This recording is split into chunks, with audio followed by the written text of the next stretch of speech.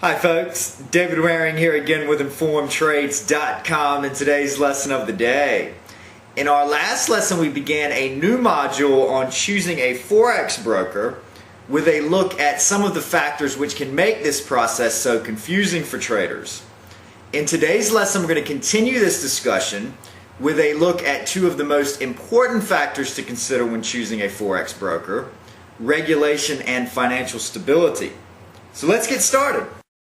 As we touched on briefly in our last lesson, the regulatory environment for the retail Forex market is different from that of the futures and equities markets. While most countries have had regulations in place which govern activity in the futures and equities markets for quite some time, as the retail Forex market is relatively new, its regulations are still evolving in many countries, and in some countries do not exist at all. As the Informed Trades community is made up of traders from all over the world, I would love to be able to go into the specifics of regulations for each country. Unfortunately, however, this would not be feasible from a time standpoint, so I'm going to instead give a framework that traders can use to evaluate the regulatory environment in any country by walking us through how I would evaluate a U.S. brokerage firm.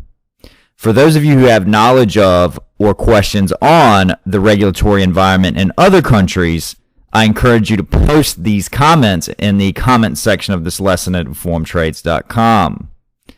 To make a long story short, the retail Forex market came under the jurisdiction of the Commodities Futures Trading Commission, or CFTC for short, with the passing of the Commodity Modernization Act in 2000, and is currently going through some changes after the recent passing of the Farm Bill.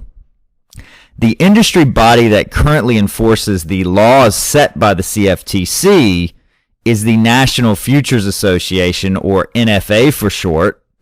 And if you go to their website, www.nfa.futures.org, you can read about all the different requirements that firms offering retail Forex trading in the United States have placed on them. Also on this website, in the upper right-hand corner of the site, is a link that says broker/firm information. If you click this link, you can enter the name of the firm that you are researching and see who the owners of the firm are, as well as any complaints or actions that the NFA and or CFTC has taken against the firm.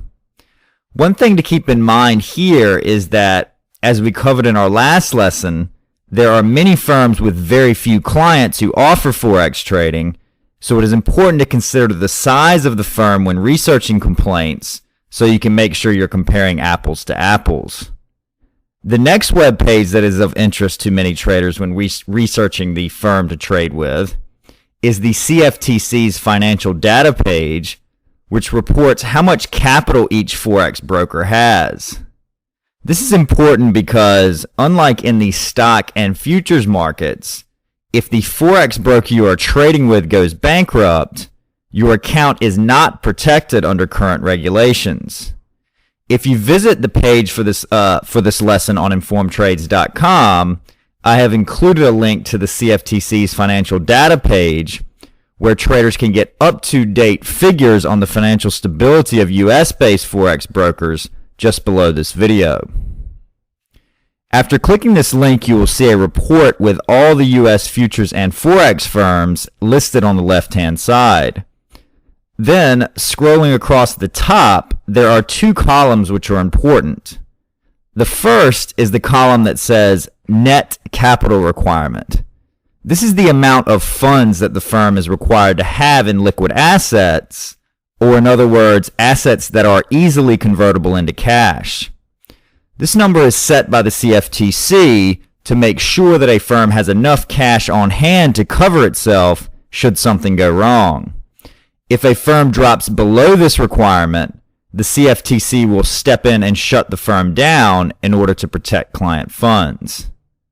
Now that we have an understanding of this, the next logical question that many traders will ask is, how close is the firm they are trading with or considering trading with to falling below their net capital requirement? On this same page, you should also see a column that says excess net capital. which gives us the cushion that a firm has before they would get into a potentially troubling position. The last thing that is important to keep in mind here is that the CFTC has recently upped the net capital requirement to a minimum of $20 million for all Forex firms, a level which will be phased in over the coming months. With this in mind, it is important to be sure that the firm you're trading with not only has plenty of excess net capital to meet current requirements, but also future requirements. If you are considering opening a Forex account with a non-US firm, then I strongly encourage you to do your research into what the regulatory environment is in that firm's country so you can make sure the necessary protections are in place to protect your capital in the event that the firm you're trading with runs into financial difficulty. That's our lesson for today. In our next lesson, we'll look at how to evaluate the next factors many traders consider before opening a Forex brokerage account: execution and transaction costs. As always, if you have any questions or comments, please feel free to leave them in the comment section below. And good luck with your trading.